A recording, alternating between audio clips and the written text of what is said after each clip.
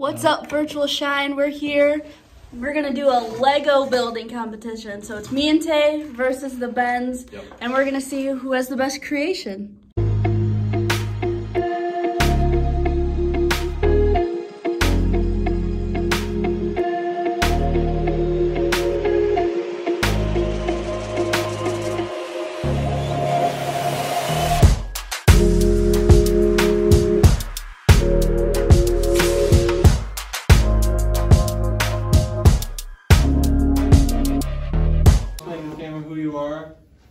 I am Curtis, and I am the Cheektowaga, SHiNE, and Movi coordinator.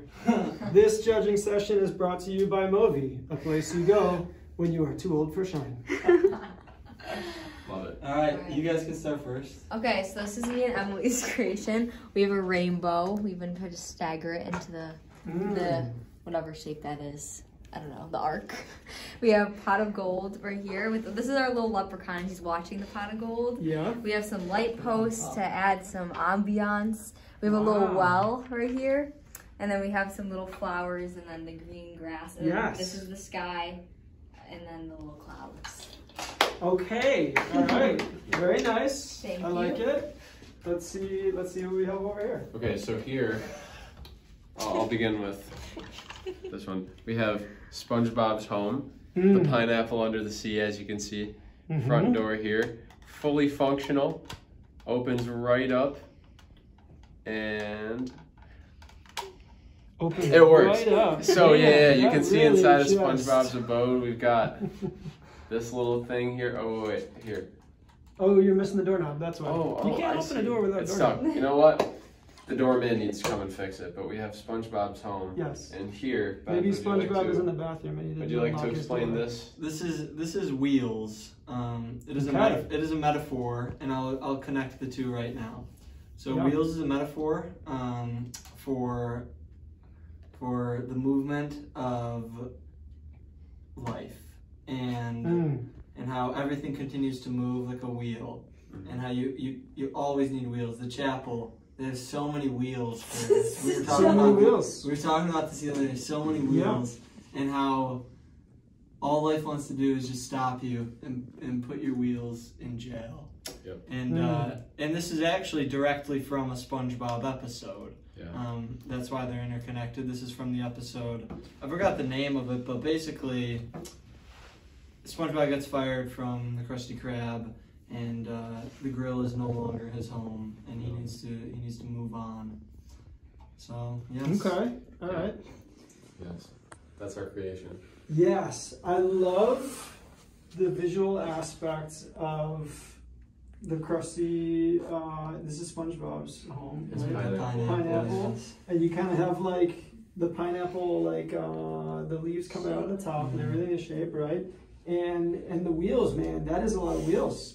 You guys committed to the wheels, and that's strong. That is bold.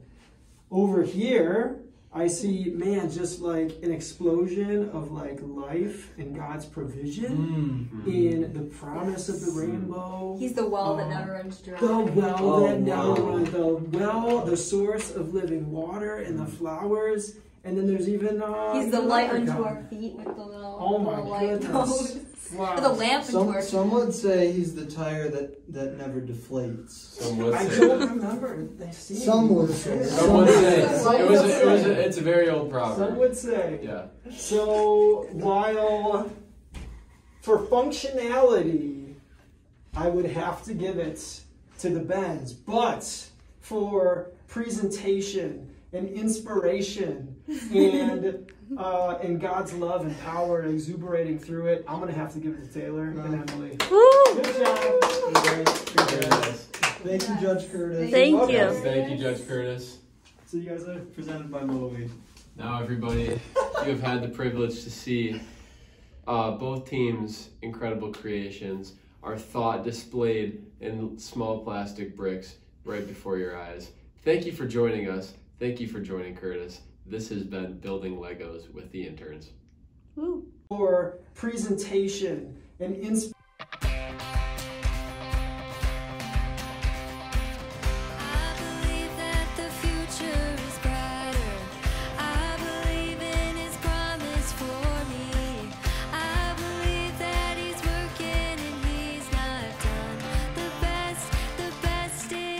to come. I know he makes the anxious courageous. I know he makes the doubters believe. I know he won't stop working 'cause he's not done. The best is yet to come. Yeah, I've got this hope in my soul. I know you won't let me go.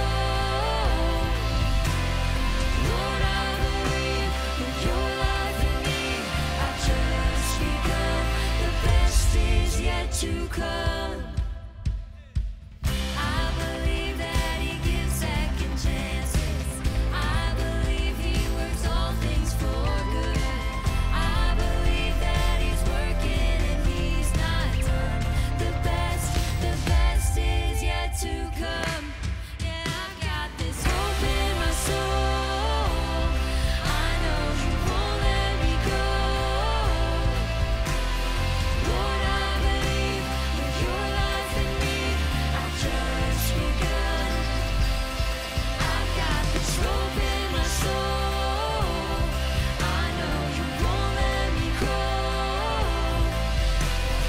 Lord, I believe with your life in me. I've just begun. The best is yet to come.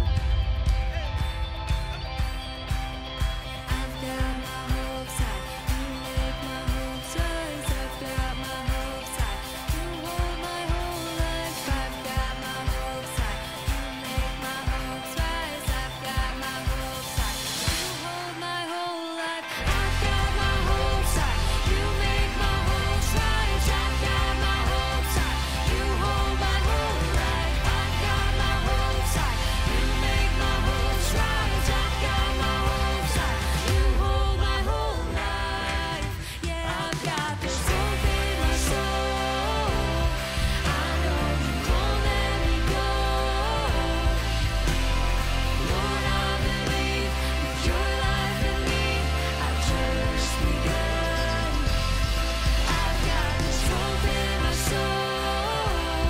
I know you won't let me go. Lord, I believe with your life in me. I've just begun. The best is yet to come.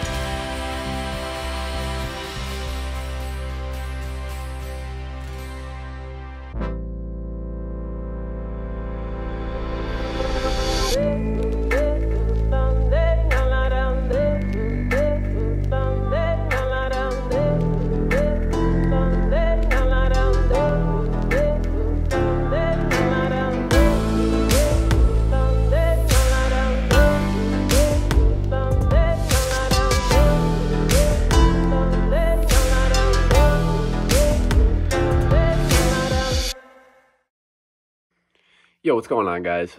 We are in our second week of our new series called Trouble. So if you remember last week, Ben spoke at SHiNE, and we were talking about anxiety and kind of some of the ways that the Bible talks about that, some of the ways that we can deal with that and handle it if we ever feel anxious or if you find yourself with anxiety itself. This week, we are talking about fear. So obviously fear, you know, none of us like it. None of us like to be scared. Just think of a time in your life, you know, when you were just so scared, felt like you couldn't move, you were stuck in place. Maybe it's little, you know, maybe you're afraid of spiders. You know, I definitely don't like spiders. I'm afraid of bees. I hate bees so much. I'm not allergic to them. I just hate them. I'm so afraid of bees. I run away whenever I see one. I'm like a little kid when I see bees. It's terrible. My whole life too, I've been afraid of heights. I didn't go on roller coasters until I was like 13, 14 years old.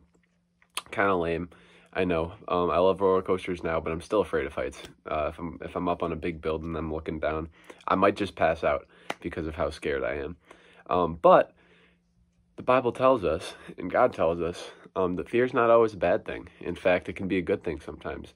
And if we look at our own bodies and our own minds, God actually gave us the ability of fight or flight because fear is not always a bad thing.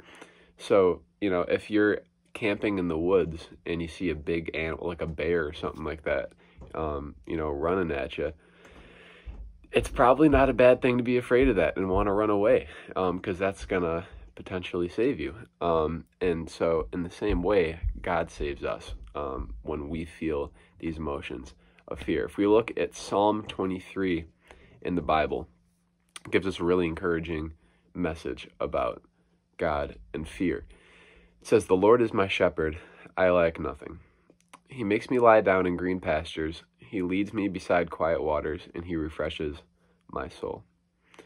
He guides me along the right paths for his name's sake, and even though I walk through the darkest valley, even though I'm going through a season where it feels like there's nothing but fear, even in the darkest valley, I will fear no evil, for you are with me, and your rod and your staff, they comfort me." So guys, I love this verse so much. I think it's just a great reminder of who God is and how he really is always there for us. He really is the Father. And as far as fear goes, we never have to fear for really anything, because God is always with us. Now think about when you were a little kid, or maybe just think about a little kid, and there's a thunderstorm, and there's a lot of thunder outside. It's windy, it's rainy. The kid's really scared. He's curled up under his blanket. He's afraid, and his dad comes in, and he wraps him up with a blanket, and he tucks him into sleep, and he lets him know that he's always there with him. That's exactly what God does for us, guys. I just want to emphasize that last point one more time. It's so important, and that God is always with us in any season of fear and any season of anxiety. And the Bible tells us this in Isaiah 12:2. It tells us that we don't have to worry because God is always with us. He will always calm our anger, our fear, our anxiety, no matter what. Guys, we serve an awesome God. And I just want to emphasize this: fear and anxiety, they kind of go hand in hand.